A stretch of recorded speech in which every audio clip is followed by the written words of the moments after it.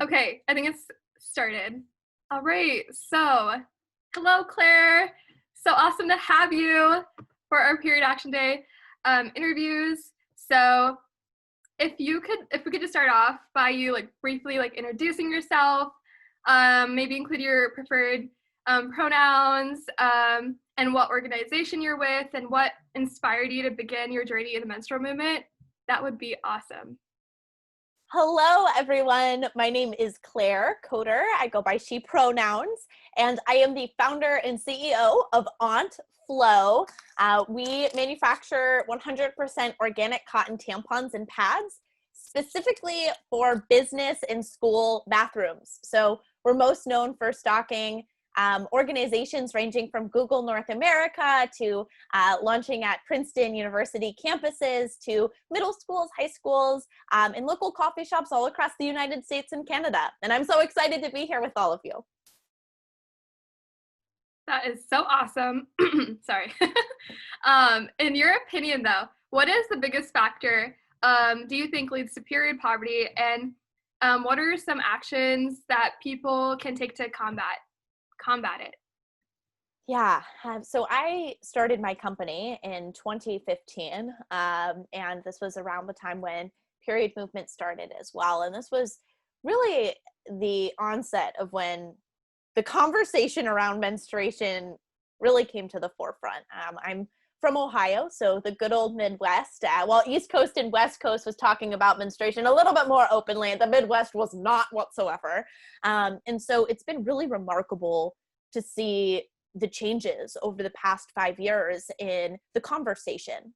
And I actually think part of the reason that period poverty is still a thing is that we haven't talked about menstruation, right? Like, we know that there's a hunger problem. We know that there is a clothing problem. We know that people are living at or below the poverty line, but it is so frequent that people forget that menstrual products are in need, and they aren't covered by WIC, they aren't covered by food stamps, and they're incredibly difficult to get access to. So I think number one is keep talking about it, man. It is so important to continue the conversation. And then in addition to that, from a organization perspective, what we have done is from the beginning, for every 10 tampons and pads that we sell, we donate one to a menstruator in the United States living at or below the poverty line. So period poverty is still a thing, though. So we need all of you to continue to drive awareness and activism, and do your own period and menstrual product drives. Oh my gosh, yeah, that's awesome. You're like the first, like, yeah, like on our new website, it's just like Aunt Flo products, like on the homepage. It's awesome. Yay!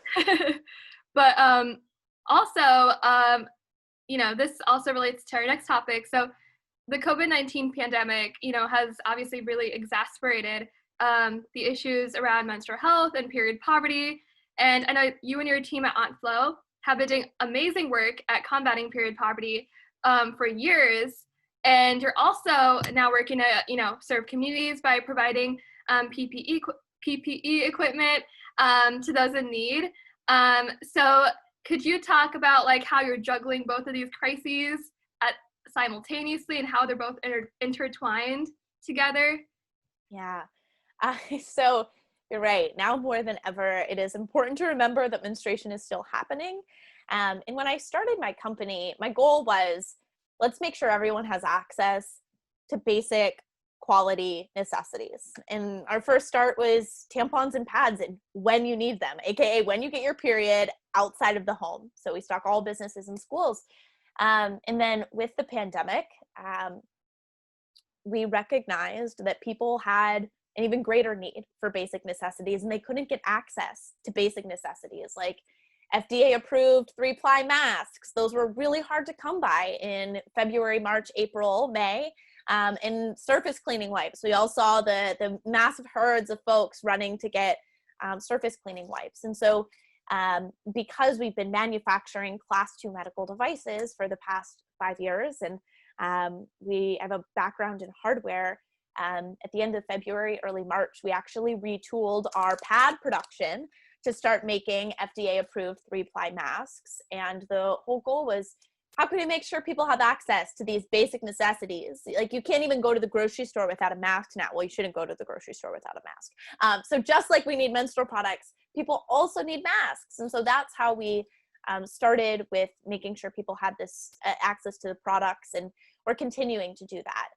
And we've been incredibly grateful that we leaned into what we know, and that is flow. So we have Aunt Flow, which is all of our tampons and pads, and we have Workflow, which is all of our PPE, sanitizers, masks, surface cleaning wipes, etc. So with that, we're able to keep everything flowing. I love that. That's just so catchy, right?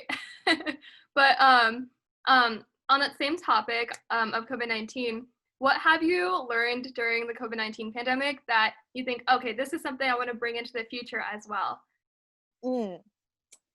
Man, what have I learned? Gosh, so much. I think the most important thing as a business owner, and really anybody that's facing an absolute crisis, like if you think about our company was driving opportunity because people were using our products in businesses and schools. And so when businesses and schools shut down, we weren't making as much money because businesses and schools pay us for the product based on the throughput of the product. And so while menstruation doesn't stop, our business kind of stopped because no other businesses had people in the bathrooms. And so that was really tricky for us. So instead of focusing on things that we didn't have, AKA recurring revenue, we had to hyper focus on the things that we knew. We know how to manufacture Class 2 medical devices. We know how to support facilities, and we know our customers' needs. And so I think that is my biggest takeaway of, instead of focusing on the things that you don't have, like we don't have a lot right now in the United States. Like we have some things, but not the ordinary things that we were used to. So instead of focusing on all that, let's focus on the things that you do know and the things that you are superstars out, and write those out. And that's what I've learned through the pandemic. Yeah, no, it was really inspiring to watch, like, on social media and everything your group's been doing to, help in the pandemic, Okay, so another, question, and I think it's very relevant to our current, like, political climate and everything too. So marginalized communities are often bearing the brunt of period poverty and COVID-19, two simultaneous crises at the same time, right? What role do you feel that youth activists play in combating both of these issues? Oh my gosh, a huge role, the entire role. Like, it is us that have to solve all of these problems because we're the next generation. We are the current generation. And so I love that our people, you and I, I'm 23, this is you and I, this is our us right now. Like, we do have to solve these problems, because if we don't, we will grow up and won't even have a earth to live on. And so in terms of both the world and climate change, but our societal changes and how we interact with each other and how we make sure that we love one another, those are our most pressing problems. And with that, I am so grateful to be a part of this generation, because I know that we're loud, we're proud, and we are making dramatic change. And the most important part is to not stop. Man, I have been talking about menstruation for 5 years, and you'd think that, we've made a lot of progress, but there's so much more to go. And so it's important to just remember, don't stop. We won't have a future if we stop now. That was a really good question, or that was a really good answer. It was also a good question. Great question. Thank you. Oh my gosh. But and yeah, you mentioned that you've been in this fight for 5 years now? That's a really long time. Wow. And yeah. A long time. I mean, if you think about it, our generation, it's standard for us to switch jobs every 3 years. That's the industry average right now for our generation. And so to stick with something for 5 years and to see some change, but not all of the change that I imagine, is just really clear that we have so much farther to go. And I'm really excited for this because you all are aligned with making sure we get it done. Sure. And this is the last question, but over those 5 years, I know like you started out as like a student college at Ohio State, go Bucks. How would you say from then to now, have you grown as an activist as well, like in, promoting menstrual equity? Yeah. Man, how have I grown? I I think that when I first started, I just well, one thing that hasn't changed is I just shout from the rooftops. I think a part of being an activist is to just constantly repeat yourself. You're just repeating yourself, repeating yourself, you're repeating yourself. I really haven't changed my message for 5 years. My question has always been trademarked. If toilet paper is offered in bathrooms for free, why aren't tampons and pads? We've technically had that trademark under our company for 5 years. And I'm still asking the same question. So some things don't change in terms of like the verbiage and how you're presenting yourself. But I think in terms of how our company has changed is we now have real data. Like before we knew like anecdotally that offering menstrual products in schools was important.